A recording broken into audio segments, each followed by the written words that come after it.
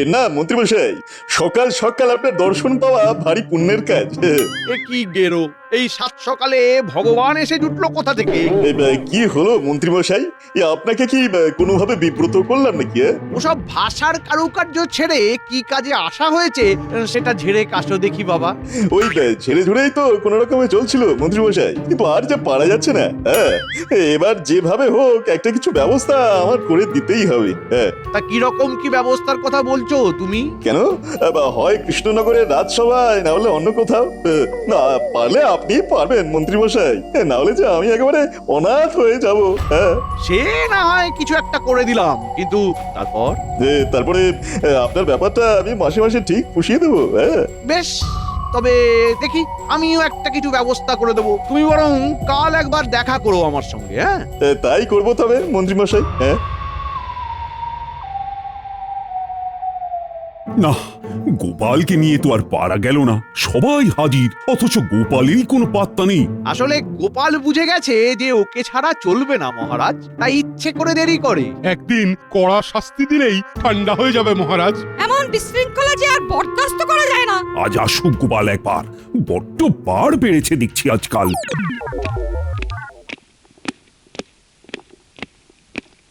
প্রণাম মহারাজ। শুভ সম্ভাষণ পরে হবে, আগে বলো দেখি তোমার প্রতিদিন দেরি করে আসার কারণটা কি? কারণ আর কি বলি মহারাজ, এখন চাষবাসের সময়, যা একটু জমি জায়গায় আছে সেটা দেখতে হয়, তাই দেরি হয়ে গেল।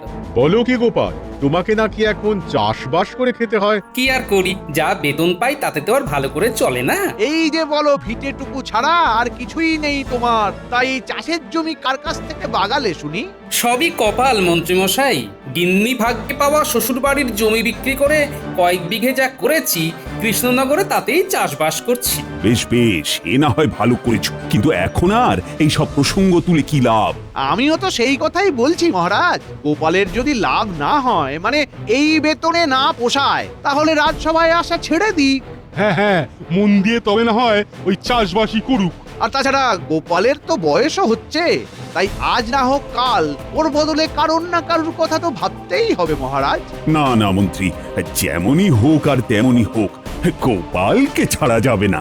মহারাজ যতই ধরে থাকুন, আমি কিন্তু বেশ বুঝতে পারছি মন্ত্রীমশাইয়ের ভেতরে ভেতরে নিশ্চয়ই কোনো উদ্দেশ্য আছে। তবে সেটা যে ঠিক কি সেটাই দেখতে হবে। তলায় তলায় মন্ত্রীমশাই অন্য কারোর সাথে যোগাযোগ করছে না তো আবার?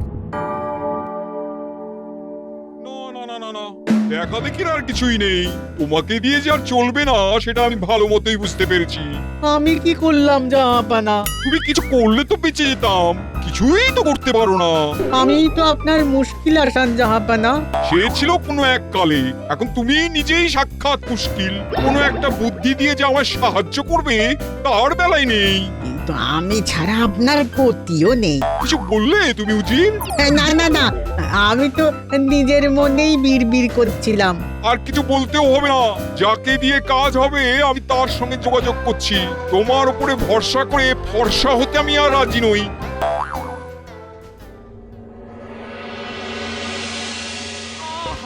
খেটে খেটে কি অবস্থা হয়েছে তোমার? এই বসো, একটু বসো, বাতাস করে দি, বাতাস করে দি। যাক, তোমার চোখেও পড়েছে তাহলে।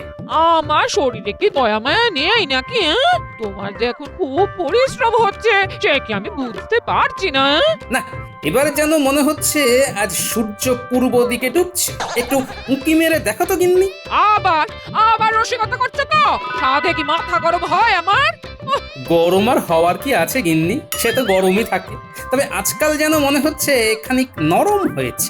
এ আমাকে তুমি চাই বলো, আমি তো আর অমানুষ নয়। চাষবাস সামলে আবার রাজসভার কাজ, সেখান থেকে ফিরে এসে মাঠে গিয়ে জমিতে জল ধরানো, একা হাতে সব সামলাচ্ছ? হ্যাঁ, তুমি কিচ্ছু ভেবো না দিদা, আমরা দাদুকে চাষের কাজে সাহায্য করব। ছোট হলে কি হবে, আমরা কিন্তু দারুণ কাজের। দরকার পড়লে আমিও হাত লাগাবো দাদু। ব্যাস ব্যাস ব্যাস, এই তো তোমার বাচ্চা বাহিনী এসে গেছে। এবার আর কিসের চিন্তা তোমার? না না, এদের জন্য অন্য কাজ ভাবা আছে আমার। শোন, মন্ত্রী মশাইয়ের উপর নজর রাখতে হবে তোদের। সে আর এমন কি কাজ? মন্ত্রী মশাইকে আমরা একেবারে চোখে চোখে রাখবো। কার কার সঙ্গে মন্ত্রীমশাই দেখা করছেন, কি কথা বলছেন, সব তোমাকে এসে বলবো দাদু। ব্যাস ব্যাস, তাহলেই হবে।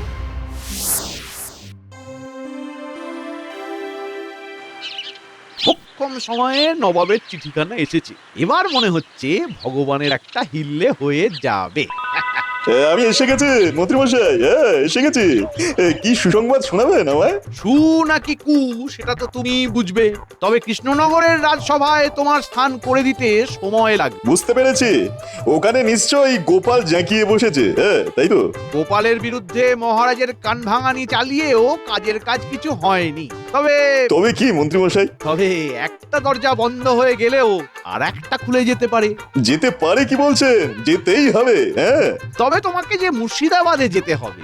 নবাব আজই চিঠি পাঠিয়েছেন, নবাব গোপালের মতো একজন কাউকে খুঁজছেন, তাই সেখানে গিয়ে নবাবকে খুশি করতে পারলে মোটা বেতনের চাকরি জুটে যাবে। তবে আর কি, ভগবান এই সুযোগটাই কাজে লাগাবে।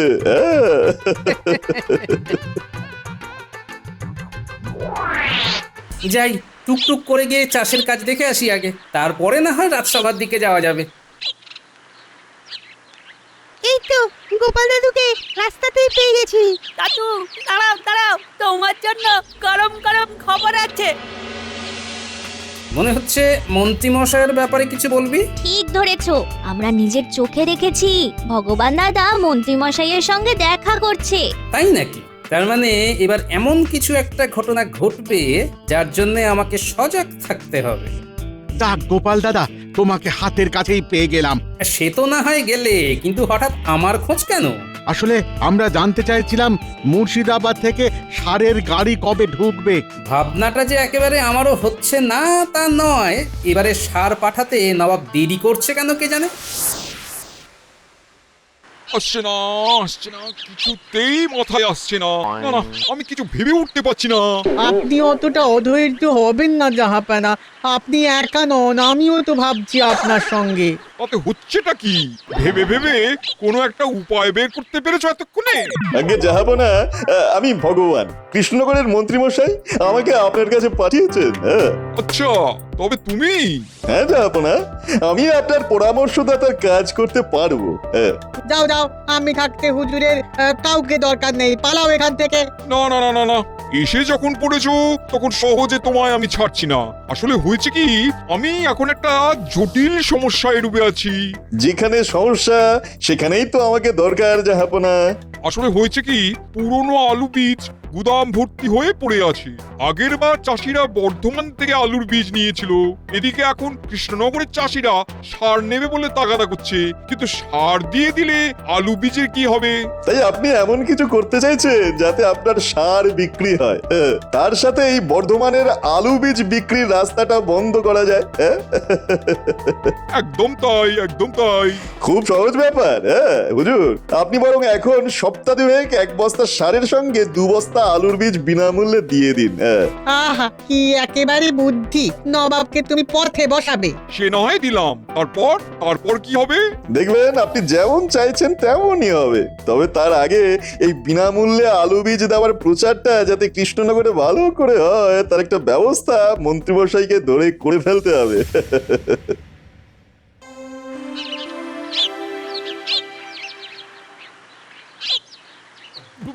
ব্যাপার কি মন্ত্রী? হ্যাঁ, আজ যেন ভয়ানক উত্তেজিত দেখাচ্ছে তোমাকে। সেটা সেটা খানিকটা ঠিকই ধরেছেন মহারাজ। আসলে হয়েছে কি, এতদিনে প্রজাদের জন্য একটা ভালো কিছু ব্যবস্থা করতে পেরে মনটা নিজে নিতে উঠছে। ও মা, মন্ত্রী মশাইয়ের মন নাচে যখন তখন। কিন্তু সেই ভালো ব্যাপারটা কি? খুব শুনতে ইচ্ছে করছে যে। বলছি আসলে হয়েছে কি, নবাবের সাথে কথাবার্তা বলে প্রজাদের জন্য সারের সঙ্গে বিনামূল্যে আলু বীজেরও ব্যবস্থা করেছি আমি। ব্যাপারটা অনেকটা ঘোড়া ডিঙিয়ে ঘাস খাওয়ার মতো হলো না। শোনো, মন্ত্রী হিসাবে আমারও কিছু ক্ষমতা আছে, আর সেটার ব্যবহার করেই আমি মহারাজকে চমকটা দিলাম। সত্যি সত্যি আমি চমকে গেলাম বটে মন্ত্রী। এটা তো খুবই ভালো খবর। কিন্তু এত ভালো ভালো নয় যে মহারাজ। ব্যাস অমনি গোপাল কুটুম কাটুম শুরু করে দিল। এ তোমার কেমন কথা গোপাল? মন্ত্রী ভালো কাজ করলে তার প্রশংসা তো করতেই হবে। না না মন্ত্রী, তুমি এখনই খবরটা প্রজাদের কানে পৌঁছে দেওয়ার ব্যবস্থা করো। শোনো শোনো শোনো, প্রজাদের জন্য খুশির খবর। আগামীকাল থেকেই মুর্শিদাবাদ থেকে আসা কৃষি সার ন্যায্য মূল্য দিয়ে প্রজারা ক্রয় করতে পারবে, আর তার সাথেই বিনামূল্যে আলু বীজও সংগ্রহ করতে পারবে। এই সুযোগ বারবার আসে না, তাই হাতছাড়া করবেন না। এই সুযোগ শুধু 15 দিনের জন্য। শোনো শোনো শোনো। ওহ, এ তো দারুণ খবর। সারের সঙ্গে আলু বীজ একেবারে বিনামূল্যে। বাবা বাবা, নবাব তো তাহলে আচ্ছা ছাড়ের বন্দোবস্ত করেছেন। না, একটু দেরি হলো বটে, তবে খুব ভালো হলো। চলো আজ থেকে গিয়ে কৃষি ভান্ডারে ভিড় জমাই। যত যাই করো, তবে একটা কথা মাথায় রেখো, বিনামূল্যে কোনো কিছুই ভালো নয় কিন্তু। তার মানে তুমি কি বলতে চাইছো গোপাল দাদা? মানে আর কি, আমার মন বলছে শুধু সারের নয়, এই বীজের মূল্য তোমাদের চোকাতে হবে। হ্যাঁ, সে কি, এ আবার কেমন কথা? এটা তুমি ঠিক বলছো না গোপাল দাদা। কথা যেমনই হোক, পরে যাতে ব্যথা না পাও তাই সাবধান করে দিলাম। সবাই এই সুযোগ নিলেও আমি কিন্তু নেব না। না না, আমরা কিন্তু এই সুযোগ ছাড়তে পারবো না। না, ছাড়তে না চাইলে ছেড়ো না, তবে এটাও শুনে রাখো, আমার সাবধান করার কাজ আমি করেছি, বাকিটা তোমরা যথাসময়ে টের পাবে। ঢের লোক দেখেছি, তবু তোমার মতো দেখিনি। বাবা বিনা পয়সায় আলুর বীজ দিচ্ছে আর তুমি নেবে না? ওই বিনে পয়সায় দিচ্ছে বলেই তো নেব না। এটা তোমার কেমন গোয়ার তুমি? নিলে অসুবিধাটা কোথায়? নিলে সুবিধাও যে খুব একটা হবে না গিন্নি, এত কাঁচা কাজ নবাব অন্তত করবে না। আর তাই তুমি এখানে ঠুকে বসে থাকবে, নড়বে না? তুমি এখনো বসে আছো দাদু? ওদিকে তো বীজ আর সার নিতে সবাই সেই ভোর থেকে দাঁড়িয়ে পড়েছে। মনে হচ্ছে ভালোই কুতকুতি আর ধাক্কা ধাক্কি হবে। আমার মনে হচ্ছে ওই জন্যেই দাদু ওখানে যাচ্ছে না। কি গো, শুনলে তো এবার? সবাই চলে যাচ্ছে, সবাই চলে গেছে। তাহলে কি সবাই বোকা আর তুমি একা চালাক? সেটাই তো ভাবছি, চালাকিটা তাহলে করছে কে? মন্ত্রীমশাইয়ের সঙ্গে ভগবানকে দেখা গেল, তারপর মন্ত্রীমশাই নবাবের সাথে রফা করার কথা বলল। না না না, এর মাঝে নিশ্চয়ই ভগবান কোনো একটা কলকাঠি নাড়ছে। কি হলো দাদু, কোনো গোলমাল হচ্ছে? গোলমাল তো আছেই রে, অবশ্যই আছে। তোরা কিন্তু মন্ত্রীমশাইয়ের উপর নজরদারি চালিয়ে যা, বুঝলি?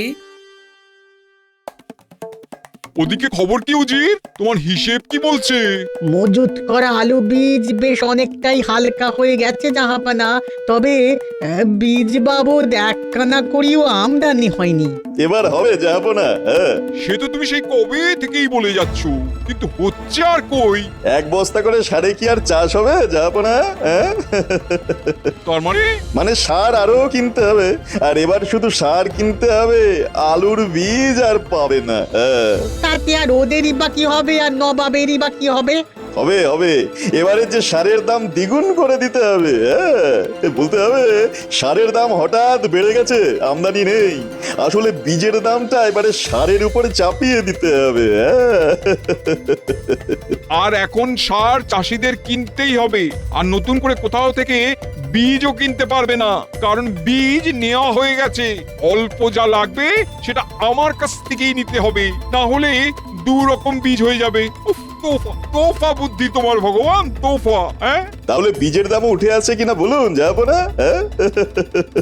না না না না না, আমার কিছুই বলার নেই। আমার এখন একটাই কাম, আর সেটা হলো তোমাকে ইনাম দেওয়া।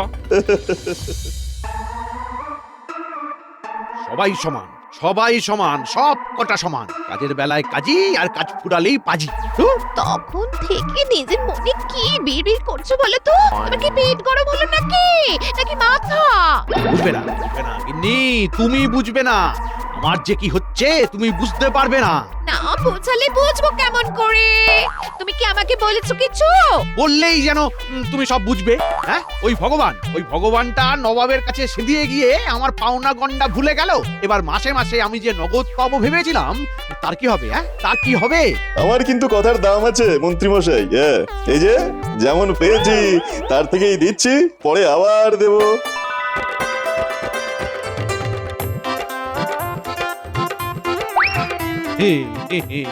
না না না না, আমি তো জানতাম যে আর যে যাই করুক ভগবান আমাকে ঠকাবে না।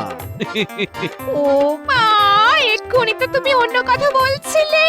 ভালো বাঁচা তো। মজা তো এবার কৃষ্ণনগরের চাষিরা পাবে। হ্যাঁ, দ্বিগুণ মূল্য দিয়ে সার কিনতে হবে যখন, তখন বিনামূল্যে আলুর বীজ পাওয়ার কি মজা সেটা হাড়ে হাড়ে টের পাবে। এতক্ষণে বোধ হয় নবাবের লোকেরা কৃষি ভান্ডারে এসে সুখবরটা দিয়ে দিয়েছে। কেউ ঠেকে শেখে, কেউ ঠকে। চাষিরা না হয় ঠকেই শিখুক, তাতে আর আমাদের কি?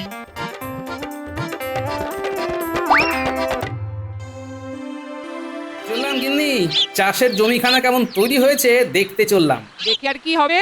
বীজ তো নেই যে চাষ করবে, আর সারও নেই জমিতে ছড়াবে। হ্যাঁ? চিন্তা করো না গিন্নি, যোগাযোগ থাকলে সবই জোগাড় হয়ে যাবে। কিন্তু এখন আমাদের কি হবে গোপাল দাদা? আরে আরে, সবাই যে একেবারে দল বেঁধে চলে এসেছো, ব্যাপারটা কি? হ্যাঁ, তুমি যা বলেছিলে তা একেবারে অক্ষরে অক্ষরে মিলে গেছে। সারের দাম দ্বিগুণ হয়ে গেছে।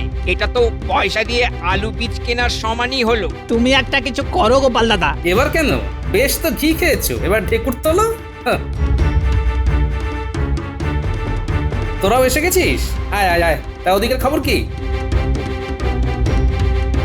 আচ্ছা, তাহলে ব্যাপারটা তলায় তলায় এইভাবে চলছে। কিন্তু আমাদের কি করে চলবে গোপাল দাদা? আমাদের কথা কি তুমি একটুও ভাববে না? ভাববো না বললেও তো আর হাত গুটিয়ে বসে থাকতে পারবো না। শোনো, তোমাদেরও হাত চালাতে হবে।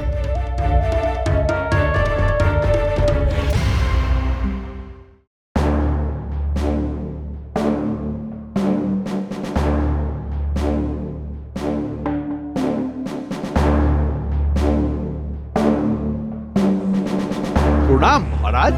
তবে আজ যেন আপনাকে কেমন চিন্তিত দেখাচ্ছে। চিন্তা হবে না? আমার প্রজারা যদি চিন্তায় থাকে তবে আমি নিশ্চিন্তে থাকি কি করি? কেন মহারাজ, কিছু অনিষ্ট হয়েছে?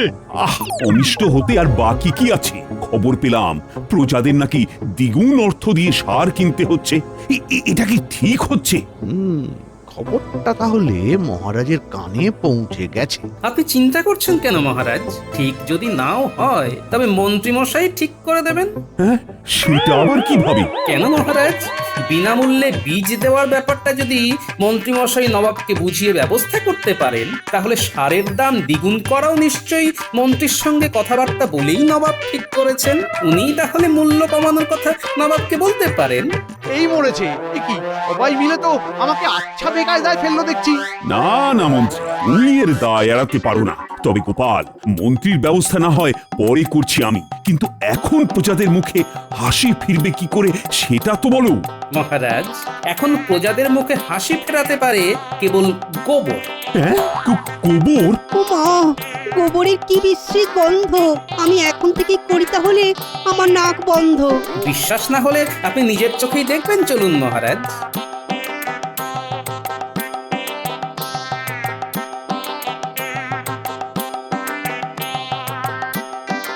গর্তটা বেশ অনেকটাই কাটা হয়েছে। নে, এবার গোবর এনে ফেলে যা। ওহো, গোপাল দাদা আচ্ছা একখানা বুদ্ধি দিয়েছে বটে। তবে মিলেমিশে কাজ করলে আমাদের মুখে হাসি ফুটবেই ফুটবে। আসুন মহারাজ, একটু দেখে শুনে গোবর বাঁচিয়ে আসুন। সে না হয় পরে আসছি, কিন্তু এসব হচ্ছেটা কি? প্রজারা নিজেদের সারের ব্যবস্থা নিজেরাই করে নিচ্ছে। গোবর জমিয়ে গোবর সার। চমৎকার চমৎকার! এই প্রজারা তো দেখছি তাহলে স্বাবলম্বী হয়ে গেছে। কিন্তু বলছিলাম কি মহারাজ, এইভাবে গোবরে মাখামাখি করে কাজটা কি ভালো হচ্ছে? এর থেকে তো হ্যাঁ হ্যাঁ, আপনি বরং মন্ত্রীমশাই ওই নবাবকে জানিয়ে দিন যে আমাদের আর নবাবের সারের দরকার নেই। অবশ্য আপনি না বললেও সেই খবর এতক্ষণে নির্ঘাত নবাবের কাছে পৌঁছে গেছে। এই গোবর সারে হয়তো ফসল ফলতে একটু বেশি সময় লাগবে, কিন্তু মাটির উর্বরতা বহুগুণ বেড়ে যাবে। বুঝতেই পারছি এই সব গোপালের উর্বর মস্তিষ্কের ফল। কি করব বলুন পণ্ডিত মশাই, আমার মাথাতেও যে গোবর ভরা আছে। না না গোপাল, তোমার বুদ্ধির তুলনাই হয় না। সে না হয় হলো, কিন্তু যে নবাবকে বুদ্ধি দিল এরপরে তার কি হবে সেটা ভেবেই যে এখন আমি অস্থির হয়ে যাচ্ছি মহারাজ। নবাবকে বুদ্ধি দেওয়ার লোকটি কে বলো তো গোপাল? আমার মন্ত্রী সেই গুণধর নয় তো? না না, ঠিক মন্ত্রী মশাই নন, তবে ওনারই অনুপ্রেরণায় ভগবান নবাবের কাছে গিয়ে এইসব কলকাঠি নেড়েছে।